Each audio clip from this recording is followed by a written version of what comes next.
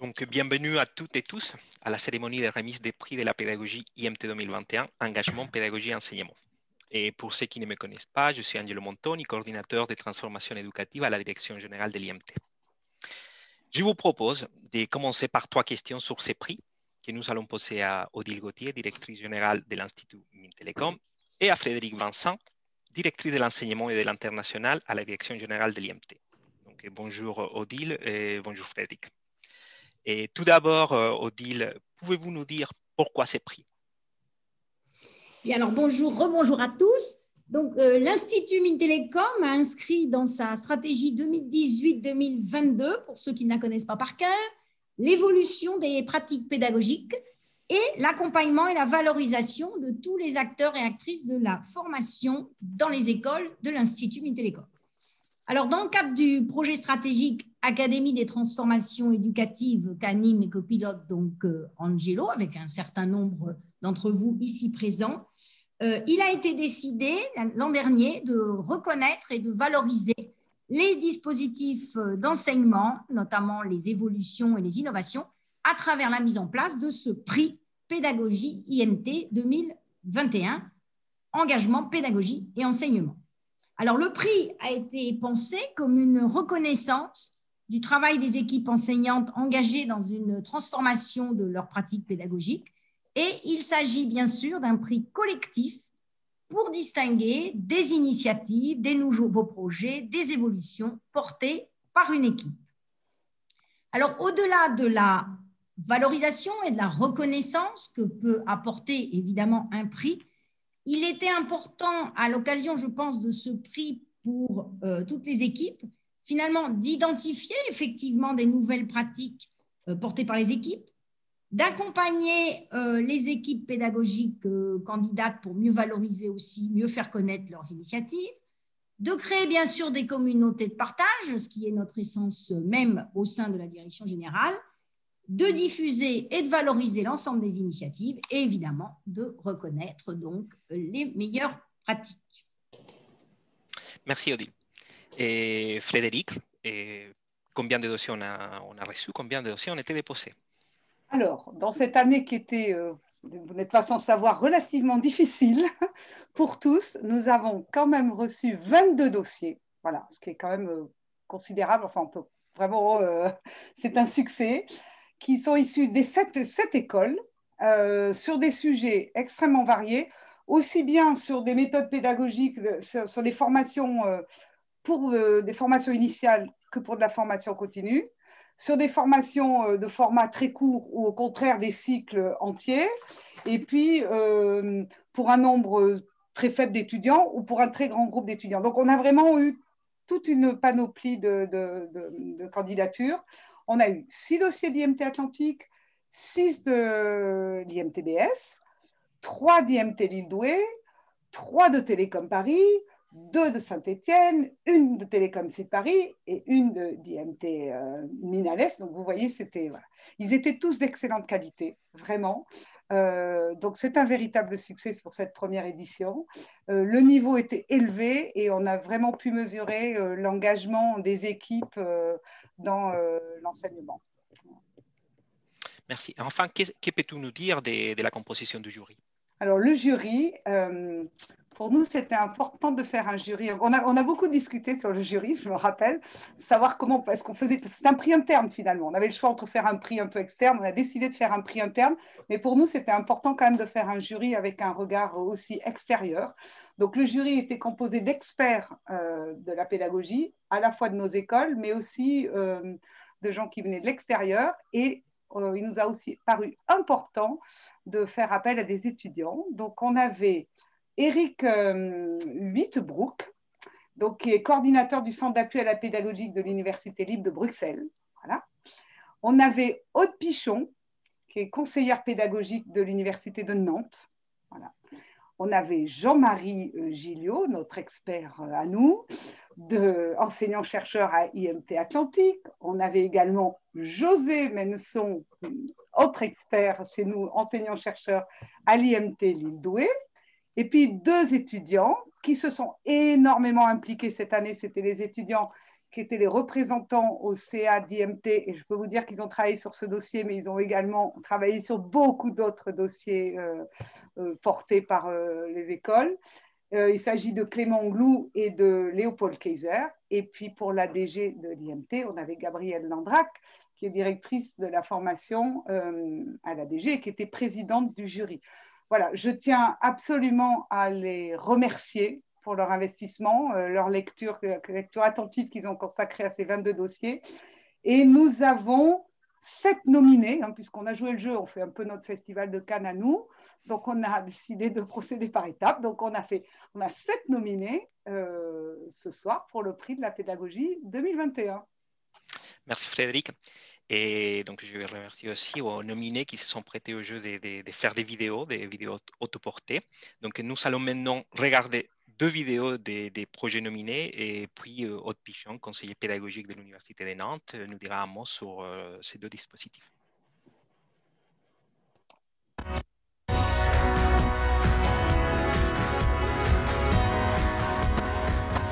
Bonjour, je suis Charlotte Langlais, directrice d'études en électronique et communication numérique à IMT Atlantique et je suis co-animatrice de la thématique d'approfondissement conception d'objets communicants. Bonjour, je suis Annabelle Boutet, maître de conférence en sciences sociales à IMT Atlantique et co-animatrice de la thématique d'approfondissement conception d'objets communicants.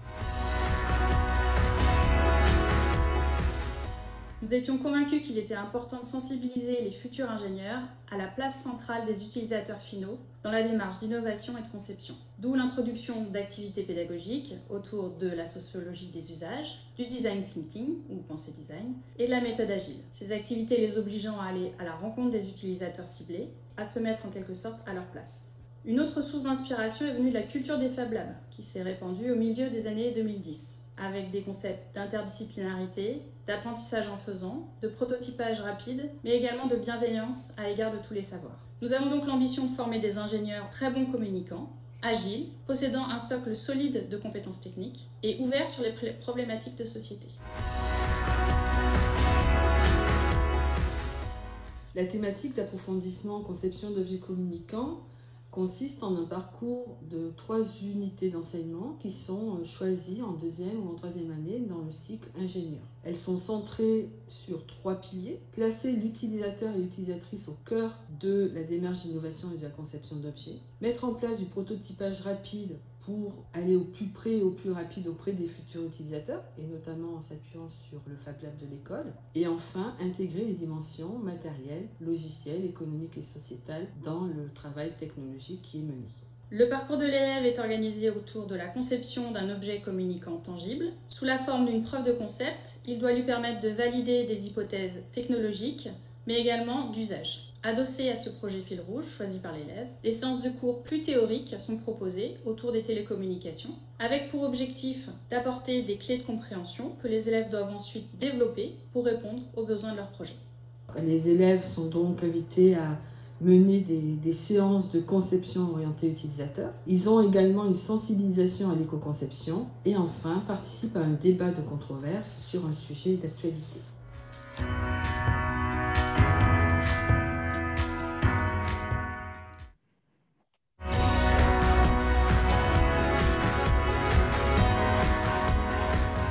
Alors, je m'appelle Marie-Bia Figueiredo, je suis maître de conférence à Institut Mines Telecom Business School et j'enseigne le management de projet depuis 2009.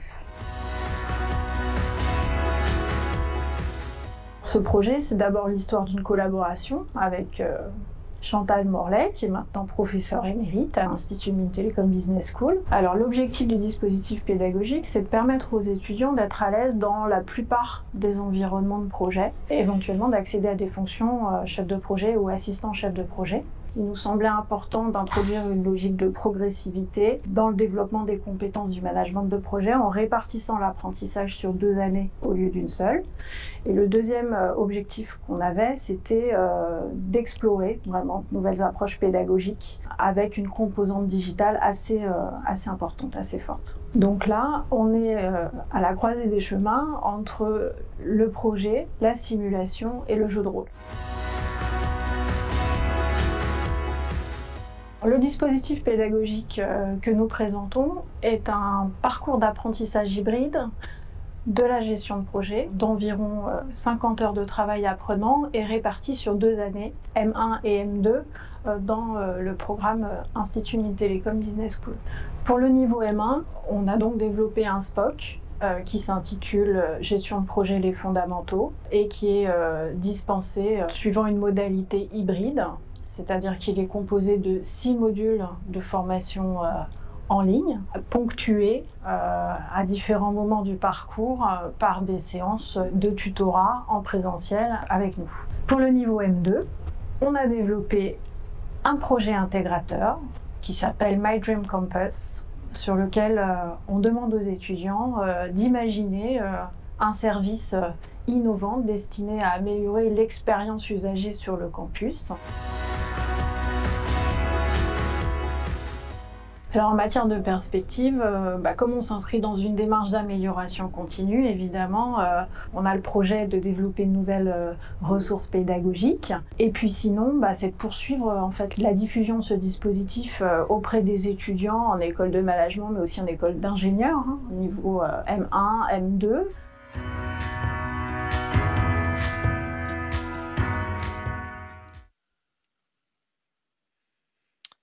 Et Aude, je te donne la parole. Merci Angelo. Donc, on m'a demandé de décrire brièvement ces 2 dispositifs concernant la TAF Cook.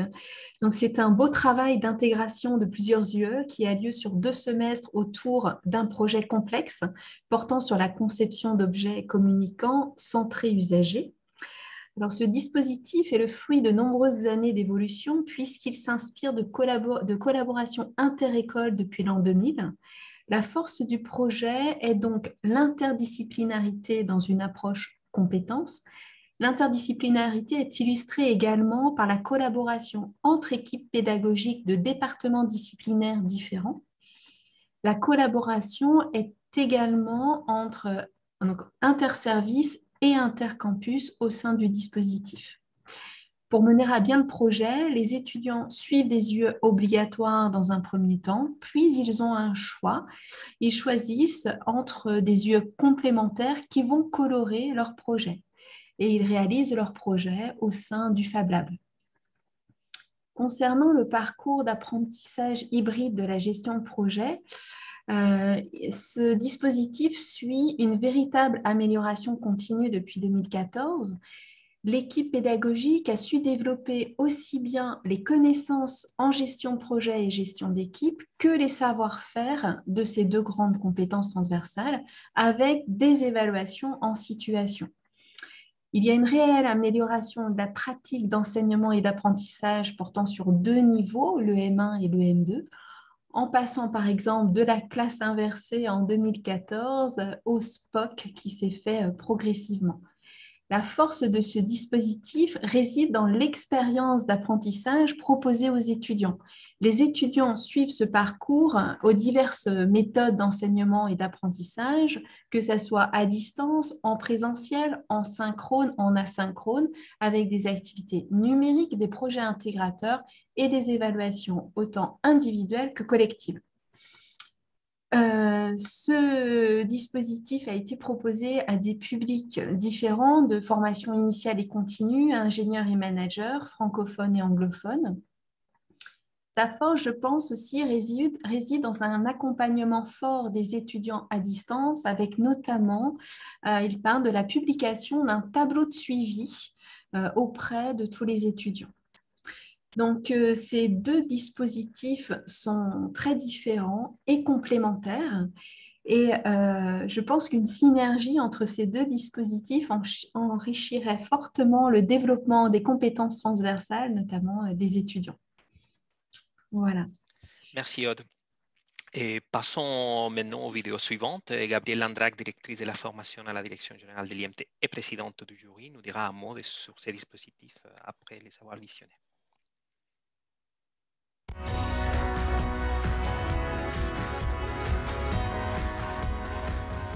Bonjour, je suis Gaëlle Guigon, ingénieure technopédagogique à IMT Lille Douai. Escape Classroom est un jeu d'évasion pédagogique. Il a été créé en 2016 avec mon collègue Jérémy Humeau pour son cours d'optimisation combinatoire en Master 1 à IMT Lille-Douai. Il a souhaité créer cette activité car les notions abordées étaient complexes à appréhender et la motivation des étudiants en classe n'était pas toujours optimale. Pour mieux préciser ce qu'est un escape game, c'est donc une activité à durée limitée où en général une équipe de joueurs doit résoudre des énigmes dans une ou plusieurs pièces grâce à des indices dissimulés pour pouvoir s'échapper. Pour concevoir ce dispositif, nous avons d'abord listé les objectifs pédagogiques et les notions de cours associées. Ensuite, nous avons transposé les notions de cours en énigmes ludiques avec des objets du quotidien. Ici, l'objectif pédagogique principal est de mobiliser les connaissances des étudiants vues lors du cours dans un environnement attractif différent du contexte habituel. D'autres objectifs sont aussi visés, tels que inciter les étudiants à développer leur intuition, développer des compétences transverses ou encore résoudre des problèmes dans un temps limité. Puis, pour chaque énigme, nous avons défini les indices nécessaires à leur résolution. C'est là qu'est né le modèle SEGAM, conçu avec Mathieu Vermeulen, pour mieux se représenter la répartition des indices en fonction des énigmes et des étapes du jeu. Après plusieurs tests pour valider l'activité, nous avons pu la jouer en cours. Durant l'activité, l'apprenant doit résoudre progressivement 4 énigmes principales basées sur les connaissances vues lors du cours. S'ensuit un débriefing où l'enseignant déroule tout l'escape game pour expliquer les notions moins bien comprises. Cette année, pour maintenir cette activité malgré la pandémie, nous avons adapté le jeu en ligne sur Geniali. L'enseignant et moi-même étions disponibles pour les aider si besoin. Cette version en ligne est par ailleurs tout à fait utilisable telle qu'elle pour tout enseignement traitant des recherches locales et des algorithmes génétiques. Suite au succès de cette expérience, il a été amélioré chaque année et d'autres escape games ont été créés pour d'autres disciplines de l'école utilisant le modèle SEGAM. Pour aider à la conception de ces activités, un outil a vu le jour, Mage, et il devrait s'enrichir de nouvelles fonctionnalités dans les années à venir.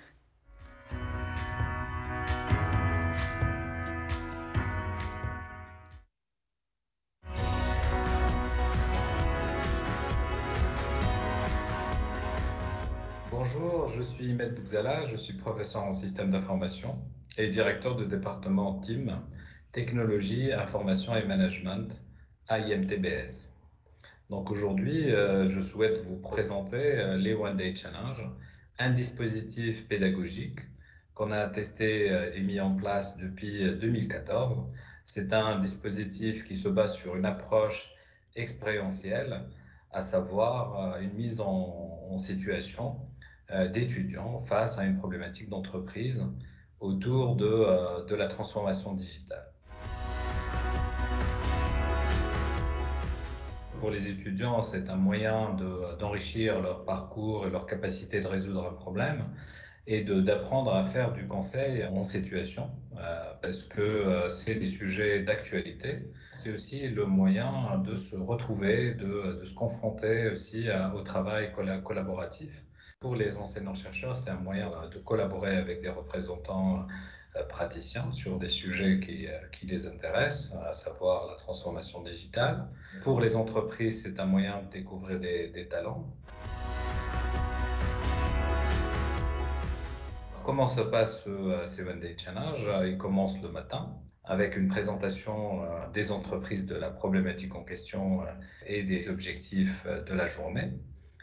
Pendant toute une journée, les étudiants travaillent en groupe sur cette problématique pour proposer à la fin un livrable sous forme de vidéo qui sera présenté à la fin de la journée. Les étudiants et toutes les équipes sont coachés à la fois par des représentants d'entreprise et puis par des enseignants-chercheurs de l'école. Ce dispositif pédagogique One Day Challenge a été déjà labellisé par la FNEJ comme un dispositif pédagogique innovant en 2020. Ce dispositif pédagogique donne lieu généralement pour les enseignants-chercheurs à la déposition de cas pédagogiques auprès de la CCMP pour qu'ils soient réutilisés par d'autres écoles.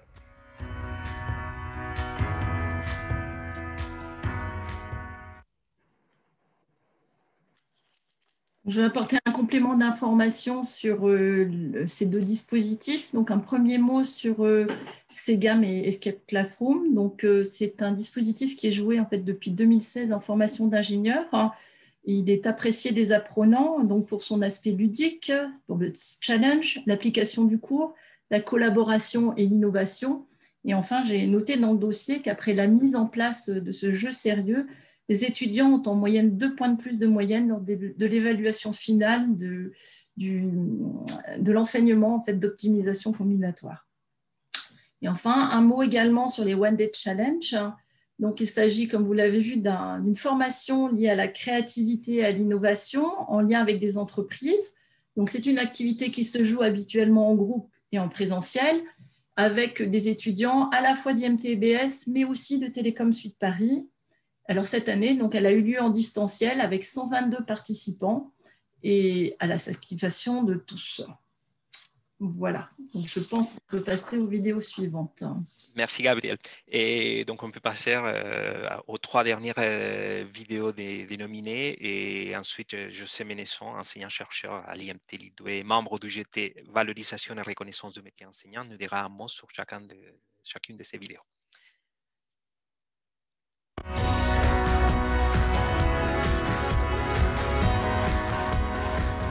Bonjour, je m'appelle Baptiste Gauthier, je suis ingénieur de recherche à IMT Atlantique au sein d'une équipe qui travaille sur l'Internet des objets.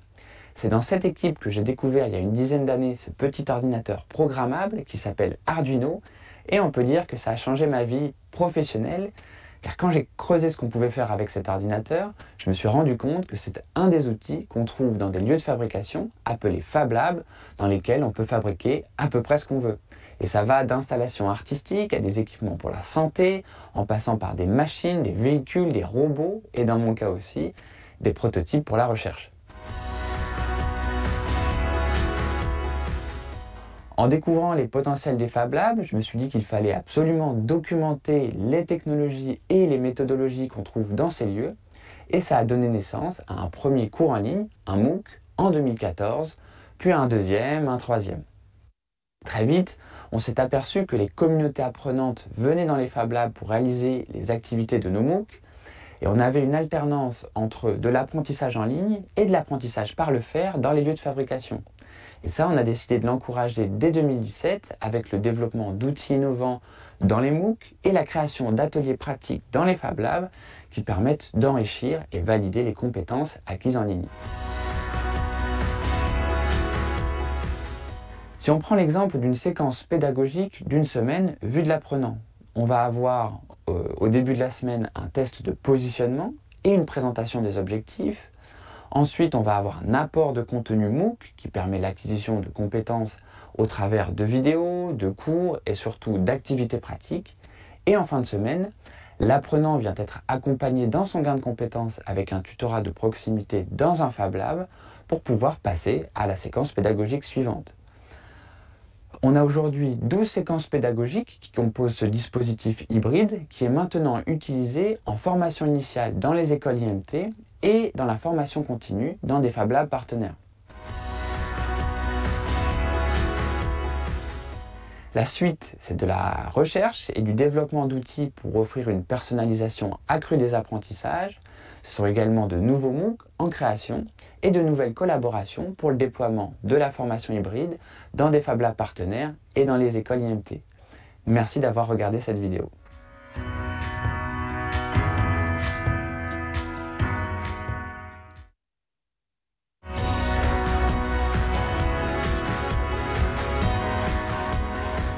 Bonjour, je suis Siegfried Rouvray-Delahaye, enseignant-chercheur au département informatique de IMT Atlantique à Brest. Je m'intéresse à l'ingénierie des grands systèmes logiciels et à l'amélioration de la qualité des systèmes de formation. Je suis expert auprès de la commission des titres d'ingénieur et membre du réseau CDIO.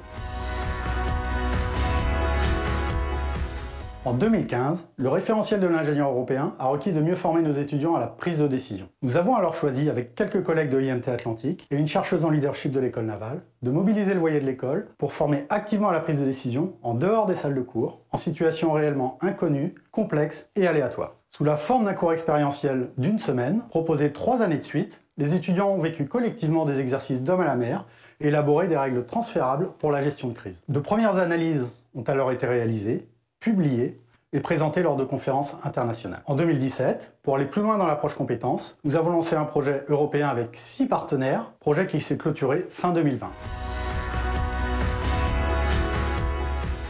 De nombreuses décisions doivent être prises dans l'urgence, dans des situations dites VUCA. Pour mieux former nos futurs acteurs des décisions sociétales, nous avons formalisé un référentiel de 7 compétences décisionnelles, dites VUCAptitudes, mises en œuvre dans une quinzaine de situations d'apprentissage. Une échelle commune de VUCalité permet de caractériser la complexité croissante des situations. La cohérence des alignements pédagogiques et curriculaires a été assurée dès la conception des dispositifs. Les étudiants sont évalués en situation, en formatif et sommatif, avec des grilles critérées unifiées.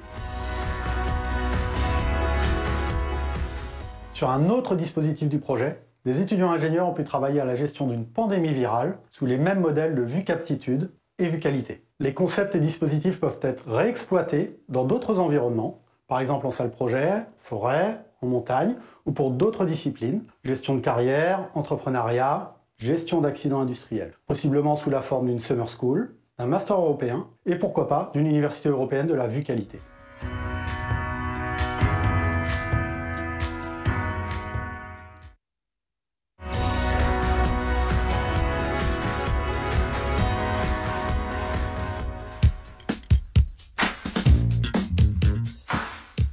Bonjour, je suis Florian Tenacholet et je suis enseignant et chercheur à IMT Minales dans le domaine des risques et des crises. L'idée du Burger Quiz est née d'un easter egg caché dans un de mes escape games et qui faisait un clin d'œil au jeu télévisé Burger Quiz d'Alain Chabat. Et en voyant ça, 2 collègues chercheurs m'ont dit « il y a quelque chose à créer avec ça ». J'ai alors contacté Alain Chabat qui a accepté que je transforme son jeu pour en faire un dispositif pédagogique. Burger Quiz est un jeu de questions-réponses que l'on peut mobiliser pendant un cours. Il y a un animateur qui pose des questions à 2 groupes d'élèves. Un élève arbitre, c'est le grand miam, et la partie se déroule devant un faux public qui est le reste de la classe. Burger Quiz, c'est plusieurs épreuves plus ou moins loufoques. Les nuggets, le sel au poivre, les menus, l'addition et le burger de la mort. L'objectif est de faire restituer aux élèves des connaissances, dans notre cas d'application, dans le domaine de la gestion des risques et des crises. Il est aussi question de mobiliser des compétences, comme la concertation, la mémorisation, la concentration, la communication et la gestion du temps. Dans ce dispositif d'enseignement, il y a aussi une app que j'ai créée et qui sert au suivi pédagogique et au pilotage multimédia. Elle est très utile pour compter les points, mais surtout pour sélectionner les questions les plus pertinentes en fonction des élèves joueurs. Dans sa philosophie, Burger Quiz peut être transposé à d'autres enseignements. Dans sa version actuelle, l'app développée et les éléments multimédia créés peuvent être partagés si des enseignants ou des ingénieurs pédagogiques sont intéressés. On peut même imaginer une banque de questions mutualisée pour un partage inter-école. Pour terminer, si ce dispositif est très efficace en présentiel, il reste, je pense, du travail pour avoir une vraie interactivité en distanciel. L'idée que j'ai serait de développer une app web du dispositif. C'est un chantier de plus grande ampleur, mais l'avantage c'est qu'il serait mobilisable partout, par tous et tout le temps.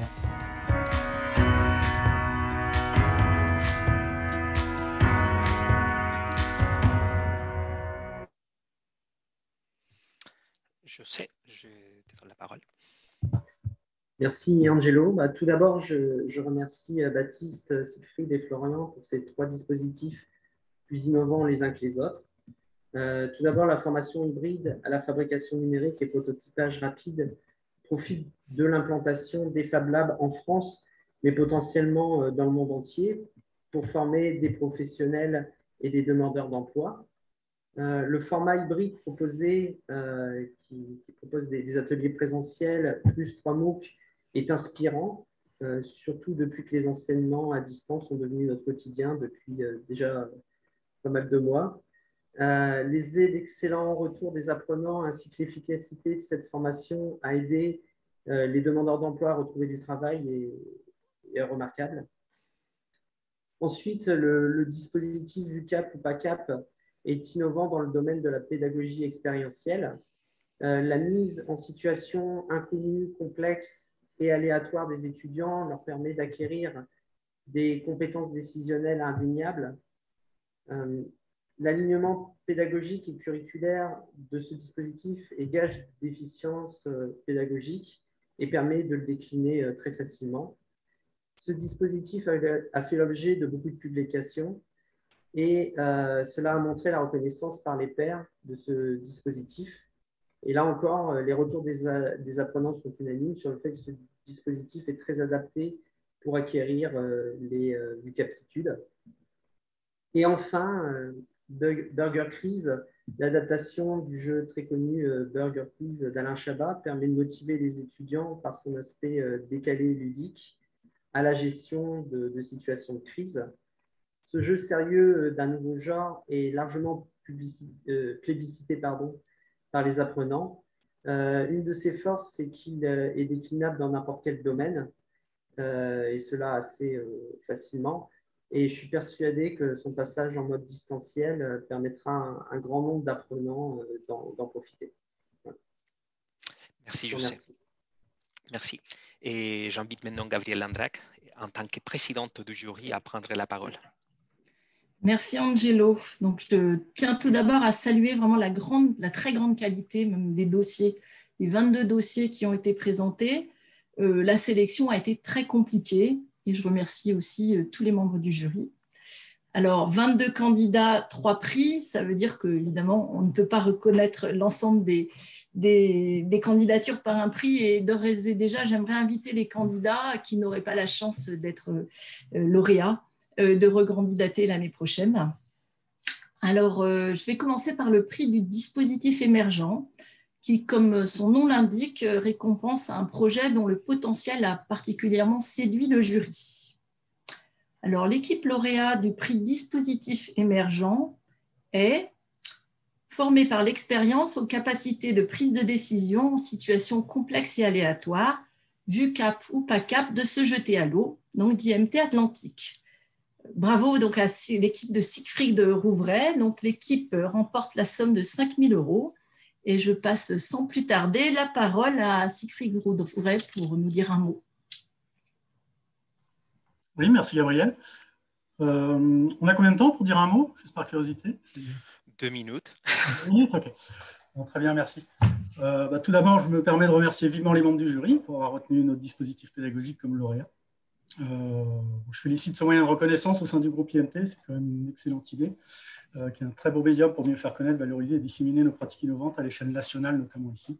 Là, c'était dans le cadre d'un projet européen et on a moins touché justement l'échelle nationale. Donc, c'est relativement intéressant. Je remercie aussi tous les autres participants, bien sûr, et j'espère voir aussi les autres lauréats qui n'ont pas été retenus, enfin, ou en tout cas les autres, sur le prix 2022, peut-être en présentiel à Crozon, quelque chose comme ça, c'est assez sympa. Donc, le dispositif présenté, donc, qui aborde les approches situationnelles de type volatile, incertaine, complexe et ambiguë. Donc, c'est un terme qui vient de l'armée américaine et qui est très utilisé en business. C'était un projet collectif. Donc, plutôt que de lister par oral toutes les personnes qui y étaient, je vais me permettre de le mettre dans le chat, comme ça, parce que je sais que j'ai des collègues qui y sont là, en ligne. Comme ça, vous avez un peu tous les noms d'IMT Atlantique, mais il y avait une dizaine d'enseignants-chercheurs et d'ingénieurs pédagogiques et membres de la DVS d'IMT Atlantique, mais également une quarantaine de partenaires de 6 autres institutions européennes. C'était sur un projet de 3 ans. Donc, voilà. Donc, c'est une belle reconnaissance du travail de cette équipe et donc je félicite bien sûr tous mes collègues et je leur donne un grand merci par rapport à tout l'engagement sur les 3 années du projet, puis jusqu'à la Valo maintenant en 2021, donc un petit peu après le projet. Juste pour information, le dispositif que j'ai présenté, c'est un dispositif qui dure 1 semaine, dans le cadre d'un intersemestre à la base. On a travaillé sur plein d'autres dispositifs et de modalités pédagogiques dans le cadre de ce projet. Donc, il n'était pas raisonnable de toutes les présenter dans la vidéo. Donc, on a fait de l'expérientiel en forêt avec les ateliers de commando de marine à l'école navale. Certains d'entre vous l'ont pratiqué, Gabriel notamment. Et on l'a vulgarisé, on va dire, cet intersemestre leadership, cette formation pour entreprise. On a fait aussi de la pédagogie par projet en faisant une analyse de pandémie virale en projet d'élèves avec 230 élèves ingénieurs à Reykjavik en Islande sur 1 semaine pleine avec quelques élèves d'IMT Atlantique qui sont venus avec nous pendant 1 semaine. Qui témoignent sur d'autres vidéos. On a fait l'usage de simulateurs avec un outil qui s'appelle Prendo pour la gestion de scénarios de crise en entreprise, chronométré. Donc ça, c'est des simulateurs utilisés en entreprise. On a fait aussi des serious games avec des escape rooms à Glasgow et Brest. On a testé aussi les problématiques de vitalité et de prise de décision. On a fait des jeux sérieux en environnement quasi réel. On a fait de l'évacuation et du sauvetage en salle machine à Glasgow, face à des moteurs diesel énormes dans le noir. Et on a fait aussi du mindful leadership, ce qui est plus dans les cultures nord-européennes, de la pleine conscience à Reykjavik University en une semaine. On a appris à gérer des décisions collectives en écoutant nos émotions. Et sous des situations de stress, et Roger Valdec est en ligne, il se rappellera de quelques situations de stress qu'on a vécues. Donc, je vais me permettre aussi de remettre quelques autres vidéos pour les curieux dans le chat, en sachant qu'on a plein de vidéos sur ce projet. Et donc, vous en aurez certaines que vous pourrez regarder après. On a pas mal de publications sur le projet, ce qui a été dit. Ça me permet de les mettre aussi, ça vous les retrouver sur la page web. On a une bonne quinzaine. Des publications plutôt internationales, ce qui est plus la portée de notre projet. Donc, il reste beaucoup à faire en formation, autour de la prise de décision. Les approches sont souvent trop rationnelles en formation, donc une approche très mathématique, on va dire. Pour cela, on a proposé un cadre d'amélioration continue, basé sur une approche programme et l'alignement curriculaire. Et donc, vous verrez sur le site web du projet qu'on a proposé 6 modèles de référence et une approche à base de maturité des processus qui permet d'intégrer toutes ces caractéristiques de vue captitude et de vue qualité dans des programmes de formation. Et ça commence directement au niveau des directions sur afficher la vue qualité des situations et finalement des contextes métiers ingénieurs dans les stratégies, missions et visions d'une institution. Ce qui est en train de faire Reykjavik University maintenant, qui est une école d'ingénieurs et de business. Je ne veux pas rentrer dans le détail sur les niveaux de maturité, sur les sites web et les rapports, vous trouverez ça. Mais une approche assez conceptuelle et pragmatique aussi qui existe. Donc, ce n'est pas une approche binaire, labellisée, pas labellisée, mais plus sur une approche maturité des processus. Donc, pour clore quasiment, ce projet a une dimension réflexive, parce que nous aussi, en tant qu'enseignants-chercheurs, on a participé à des formations, plutôt sur le début d'année, plus pour analyser et tester avant avec les élèves, et finalement, ça nous a beaucoup servi aussi. Le projet a eu lieu en situation de pandémie, donc c'est un projet européen quand même, avec 47 partenaires, une quarantaine de personnes, et la pandémie est arrivée en février-mars, et donc toute la fin de projet a été affectée par ça, donc c'était assez compliqué. Et même au début de projet, on a aussi eu des problématiques VUCA, donc volatilité, d'incertitude, dans le cadre de la fusion École des Mines de Nantes, Télécom Bretagne, au moment du démarrage du projet et du dépôt du projet. Et on a dû faire preuve de pas mal de clairvoyance, discernement, jugement, constante vigilance et de ténacité. Ça a été assez compliqué pour l'aide au suivi de ce projet-là, notamment des ressources humaines qui pouvaient entrer et sortir assez rapidement.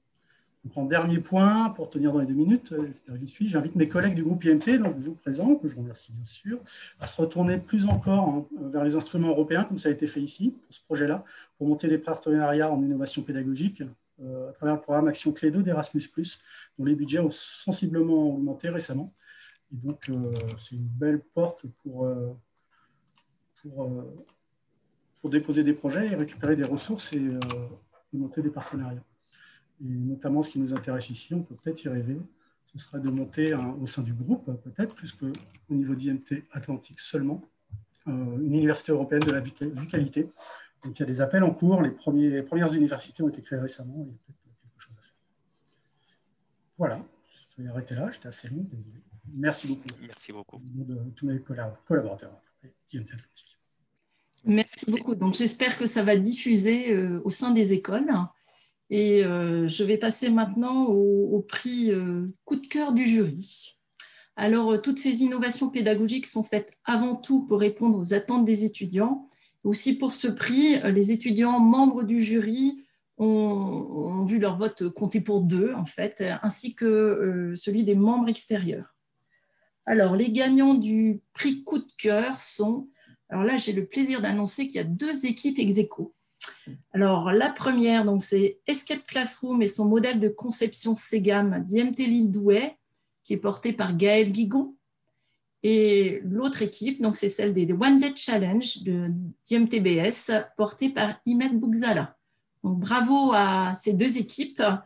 Donc, vos projets plutôt convaincus le jury, en particulier les élèves, et puis vous remportez chacun la somme de 5 000 €. Donc, je laisse la parole à la fois Imed et Gaël. On va peut-être commencer par Gaël, si vous voulez. Ok. Alors, je vais faire un peu plus court, je pense, que le précédent lauréat. Donc, tout d'abord, je je voudrais dire un grand merci pour ce prix. Ce projet a été le déclenchement de nombreux escape games à l'école et ailleurs dans l'IMT et même dans une autre université. Donc, c'était très intéressant, très enrichissant. Il a donné naissance aussi donc, à un outil d'aide à leur conception et les travaux de recherche associés m'ont dirigé vers une thèse qui débutera en septembre prochain. De plus, ce projet se place dans la ligne de nos travaux de recherche sur les jeux sérieux que nous menons depuis 2015.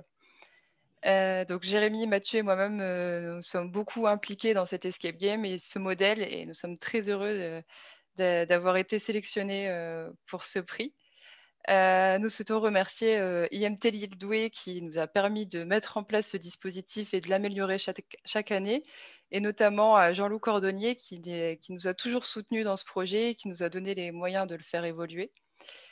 Et enfin, donc, nous souhaitons remercier l'IMT de soutenir des initiatives telles que celle-ci en permettant de les améliorer et de les promouvoir. Merci Gaëlle. Donc, Imed.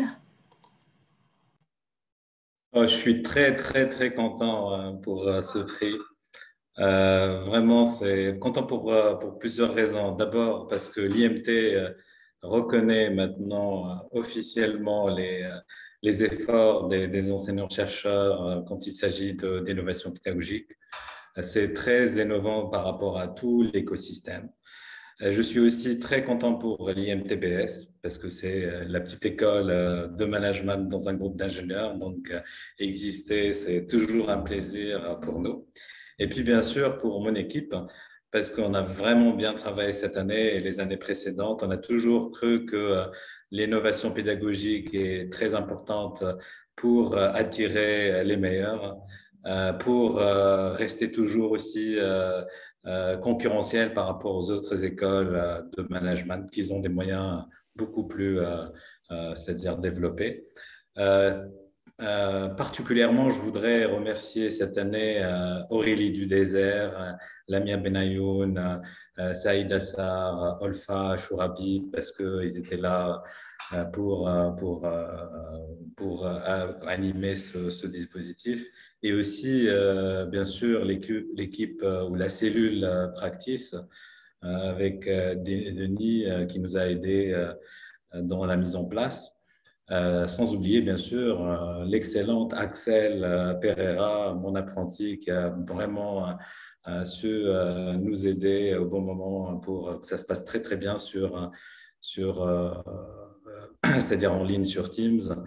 Ce qui est bien, en fait, dans ce dispositif, et je pense que c'est-à-dire, quand on voit la vidéo, on ne voit pas tout le potentiel, mais ce qui est important, c'est qu'en déposant des cas pédagogiques comme cette année avec le cabinet CLI, avec l'assurance Alliance, avec Talent, avec d'autres, permet aussi de relayer notre savoir IMT dans d'autres écoles de management.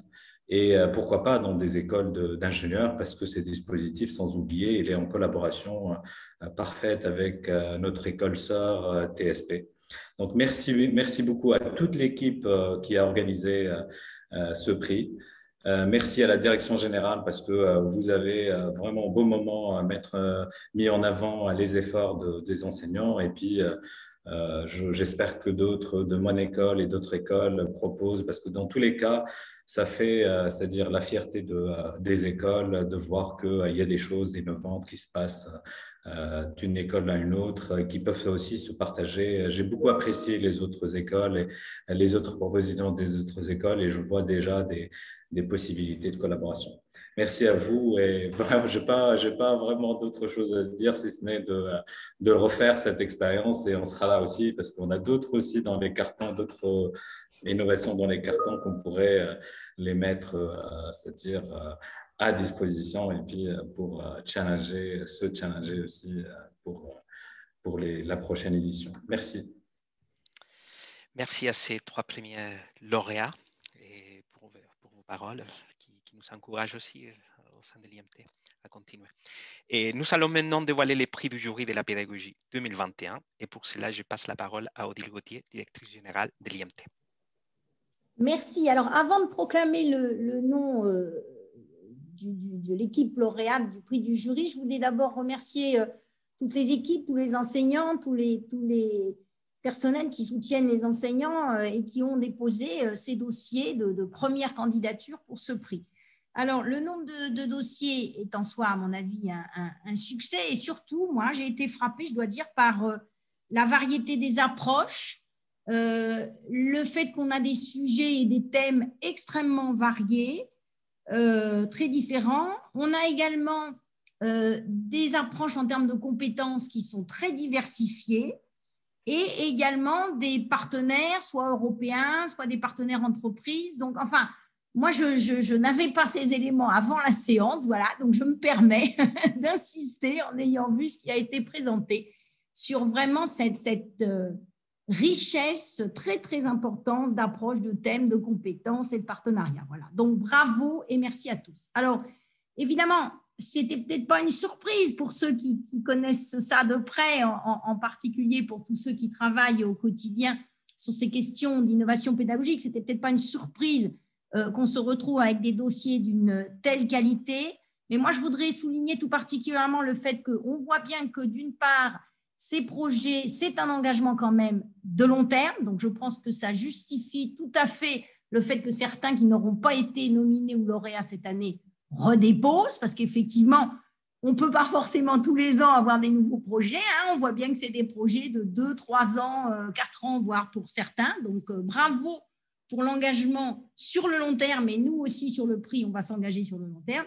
Et puis, bravo aussi parce que, voilà, en période de Covid, je pense que tout le monde a été très, très sollicité et que vraiment, la crise a mis en évidence notre formidable capacité, aussi bien chacun dans chacune des écoles qu'au collectif, de réinventer nos pratiques pédagogiques.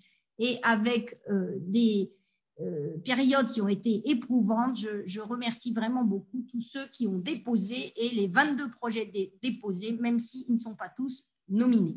Je voudrais d'ailleurs à ce propos préciser que l'ensemble des projets déposés sera valorisé, et je crois que c'est très important, dans la newsletter dédiée à la pédagogie et sur le blog Innovation pédagogique. Il y a également, je crois, des posters qui pourront être proposés dans le cadre de Médiane 2022.